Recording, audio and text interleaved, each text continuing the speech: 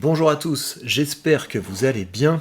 Alors, on va faire un format qu'on n'avait pas fait depuis longtemps, et c'est dommage parce que c'est un format que j'aime beaucoup.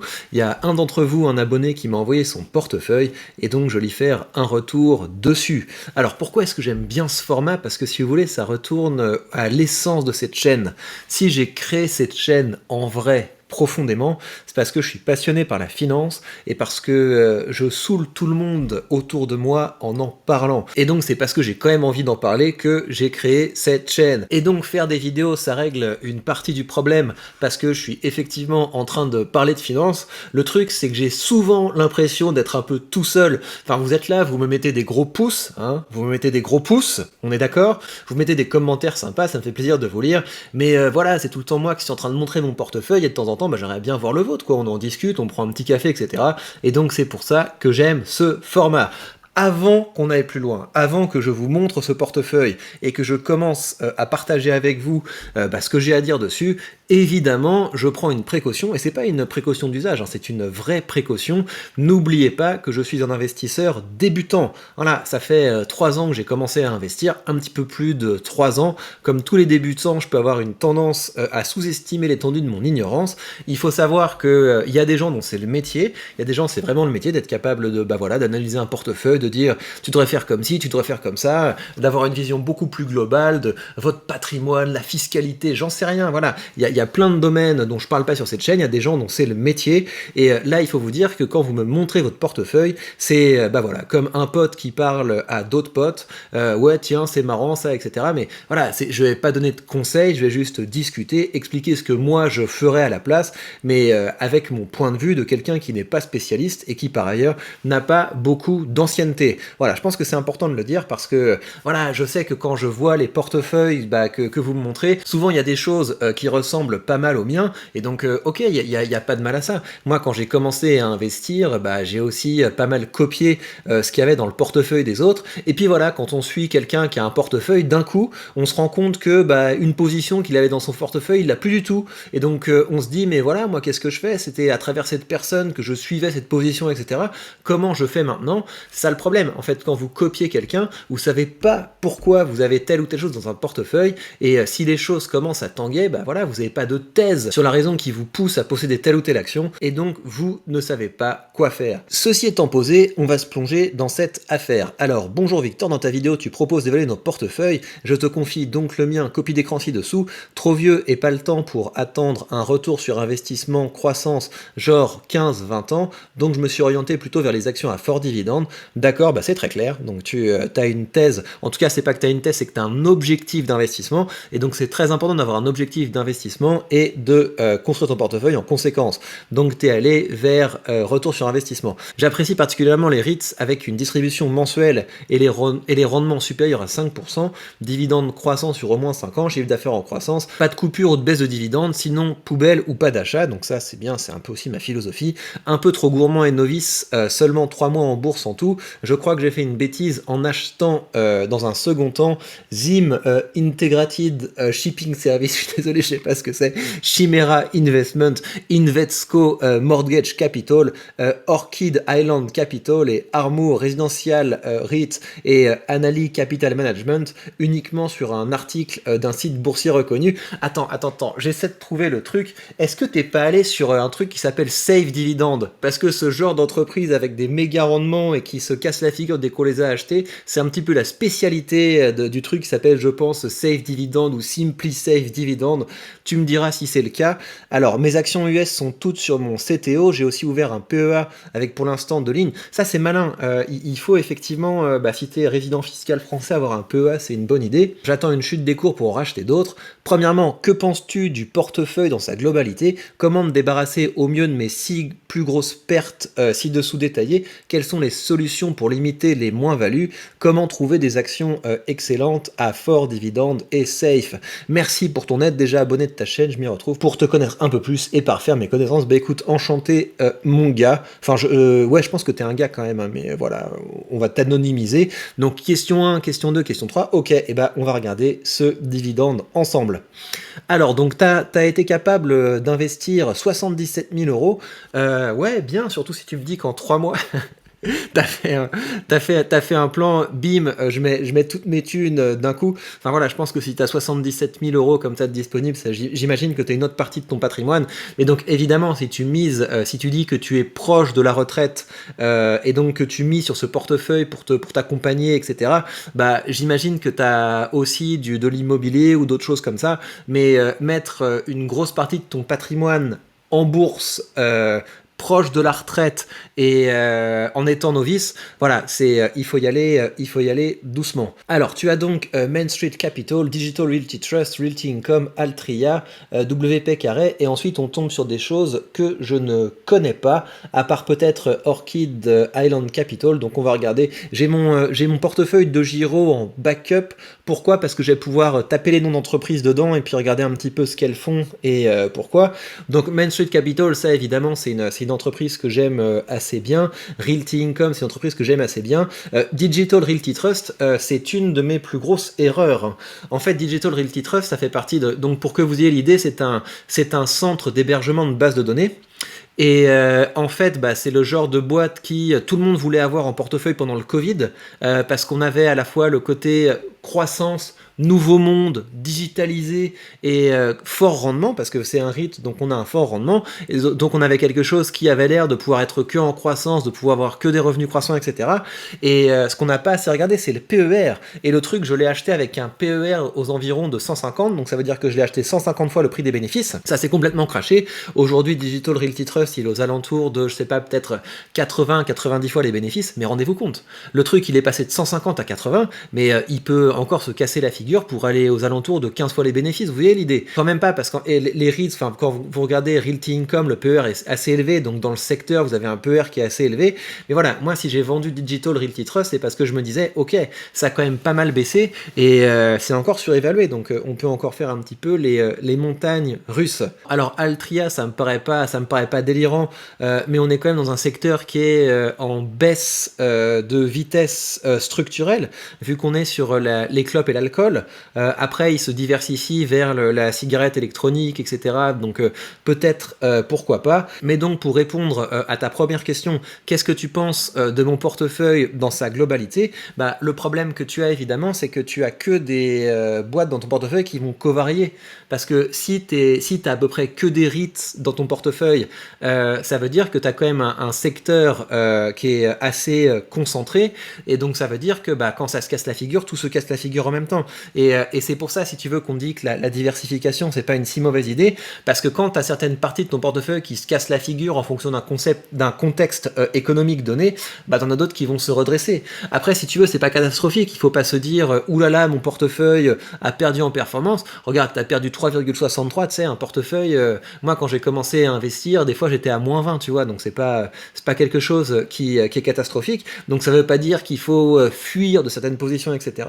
Par contre, c'est peut-être pas une mauvaise idée de vouloir se diversifier un petit peu plus. Donc tu as plein de très bonnes entreprises à dividendes croissants, mais si tu veux un rendement élevé dès le départ, je pense que tu dois aller dans le secteur de la santé. Tu vois, tu vas trouver des boîtes comme AbbVie avec un rendement de départ qui est assez élevé. Je pense que tu vas trouver ça aussi dans le secteur industriel, mais donc le mieux c'est de faire un screen, tu vois. Tu commences à regarder différentes entreprises qui sont généralement présentées comme des bonnes entreprises à dividendes, et tu te mets 5 critères. Moi, tu vois, enfin, t'as déjà des critères, hein, mais donc il faut les respecter. Moi, mes critères, tu vois, c'est chiffre d'affaires croissant, free cash flow croissant, c'est croissance du dividende, je veux un bon rendement de départ, et je veux un payout ratio qui est soutenable. Donc voilà, j'essaierai de voir si tu peux pas choper des entreprises qui correspondent à tes critères en dehors de ce secteur des REIT, et sinon, il y a quelque chose qui est encore beaucoup plus simple, c'est tu te prends un ETF qui verse des dividendes, mais un ETF global, tu vois. C'est pour ça que j'ai des ETF comme le Vanguard All World High Dividend.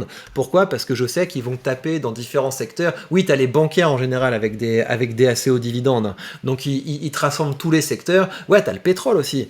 Si tu veux des hauts dividendes, t'as évidemment les boîtes qui sont dans le pétrole. Tu vois, les ExxonMobil, Chevron, ce genre de trucs. Voilà, là t'as un assez haut rendement de départ, sachant que c'est pas le secteur le plus sexy. Mais bref, si t'achètes un ETF à haut dividende, bah voilà, là t'es pas mal. Et si tu veux, tu m'as dit aussi que tu cherchais des rendements mensuels. Mais ça, c'est pareil, tu vois.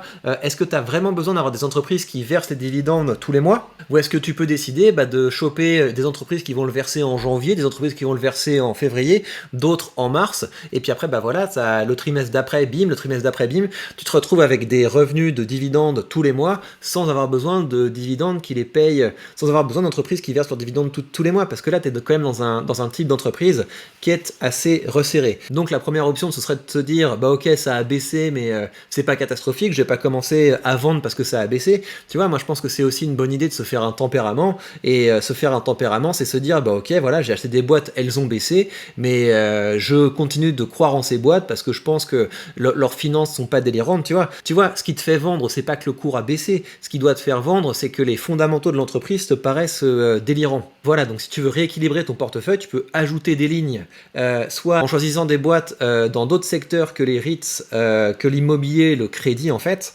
et puis sinon, tu peux ajouter un ETF, tu peux ajouter un bel ETF qui verse des dividendes élevés, et ça va rééquilibrer ton portefeuille progressivement. Enfin, après, c'est toi qui vois, mais moi, autant que possible, j'essaie d'éviter de faire du swing, tu vois. Je vends là pour remettre là, etc.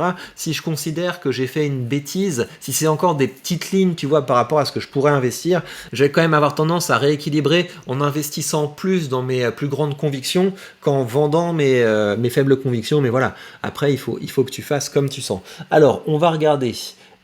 Qu'est-ce que c'est que ce truc Annaly Capital? Alors, est-ce qu'on peut l'acheter ici? Je vais regarder un petit peu ce que c'est, ça m'intéresse. Si on regarde l'entreprise dans son ensemble, t'es quand même là sur une boîte qui a eu tendance à se rétamer au fur et à mesure. Tu vois, moi, si j'investis dans une boîte comme Main Street Capital, c'est parce que effectivement, j'ai un rendement qui est élevé, mais si tu regardes la courbe générale de l'entreprise, t'es sur quelque chose qui tire moins la gueule, tu vois. T'es sur quelque chose qui a été capable de distribuer régulièrement, mais qui dans le même temps, t'as pas complètement bouffé ton capital. Alors que là, t'es dans une boîte qui a un rendement élevé, non pas parce que c'est sa politique, mais parce que le cours se casse de plus en plus la figure. Alors ensuite, t'as le truc qui s'appelle Armour, donc on va regarder ça. Et non mais regarde, tu vois, il faut quand même regarder la courbe sur le long terme. La courbe sur le long terme, ça dit quand même quelque chose. Là, t'es sur une boîte qui a pas mal souffert. Là, t'es quand même sur quelque chose qui est très inquiétant. T'as tout qui se casse la figure, les revenus qui se cassent la figure, etc.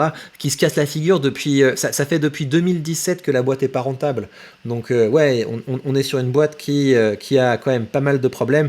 Donc voilà, je sais pas si c'est une super idée de rester dans un truc comme ça, sauf si tu as des infos que je ne sais pas. Alors Orchid Island Capital, ça je crois pas que ce soit une daube, mais je vais quand même regarder.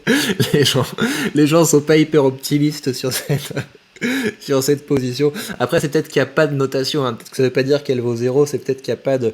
Il n'y a pas de notation, donc la capitalisation, c'est une petite capi, quoi, donc ça veut dire que c'est chaud. Rendement 16%, 15%, 23%. Fais gaffe à pas te faire carotter, hein. Fais gaffe à pas te faire carotter en étant attiré par le rendement pour acheter des trucs qui sont complètement délirants. Chiffre d'affaires, ça fait le yo-yo, et tu te rends compte, tu passes d'un chiffre d'affaires de 128 en 2021 à un chiffre d'affaires de 15, c'est n'importe quoi. C'est un truc qui fait complètement le yo-yo. Tu as un payout ratio qui est au-dessus de 100, donc là tu as une boîte qui risque de baisser son dividende année après année, hein. Donc je sais pas si c'est une super idée. Quand tu regardes ils ont mis le dividende. Regarde, dividende 4,80, 3,95, 3,90, tu vois. Là c'est vraiment pour moi, ça c'est pour le coup, c'est une erreur de débutant. C'est te dire, ouais, le rendement est élevé, mais pourquoi le rendement est élevé? Parce que l'entreprise se casse la figure, elle se rétame complètement. Et donc tu vas l'acheter à un certain prix, et puis l'année d'après, non seulement ton capital se sera rétamé, mais en plus tu vas te rendre compte que le dividende aura baissé, mais il y a d'autres gens qui vont se faire avoir en disant ah ouais tiens le rendement est élevé, etc. Bah oui, évidemment le rendement est toujours élevé parce que l'entreprise se casse la figure de plus en plus, mais une fois que tu es dans le bateau, tu te rends compte que c'est pas ouf. Alors, Invesco Mortgage, est-ce qu'on va avoir ce truc-là? Là, on a un truc qui est assez... Ouais, t'aimes bien le risque, toi. T'aimes bien les sensations fortes. Ouais, donc on a une boîte qui apparemment a pas aimé le Covid. Et après, il s'est passé un truc, pilule de Viagra et hop, c'est reparti. Ouais, pourquoi pas. C'est pas absolument catastrophique un cours comme ça, tu vois, mais ça, c'est quand même. Enfin, si tu traces la ligne, t'as quand même un truc qui. Ouais, non, ouais, enfin, quand même. T'as un truc qui vaut 2 fois moins cher quand ça a été créé. Donc, ouais, pas ouf non plus. Non, mais regarde, regarde. Qu'est-ce que tu vas faire d'un truc comme ça? Qu'est-ce que tu vas faire d'un truc comme ça qui perd de l'argent année après année? Ouais, je pense qu'il faut. Vraiment, je pense que dans les critères que tu as pris, tu avais trop de critères qui concernaient le dividende et pas assez de critères qui concernaient les finances de l'entreprise. Alors, Chimera, ça c'est pareil. Acheter un truc qui s'appelle Chimera, mon pote. Je vais acheter Chien dans un sac Inc. T'as un truc.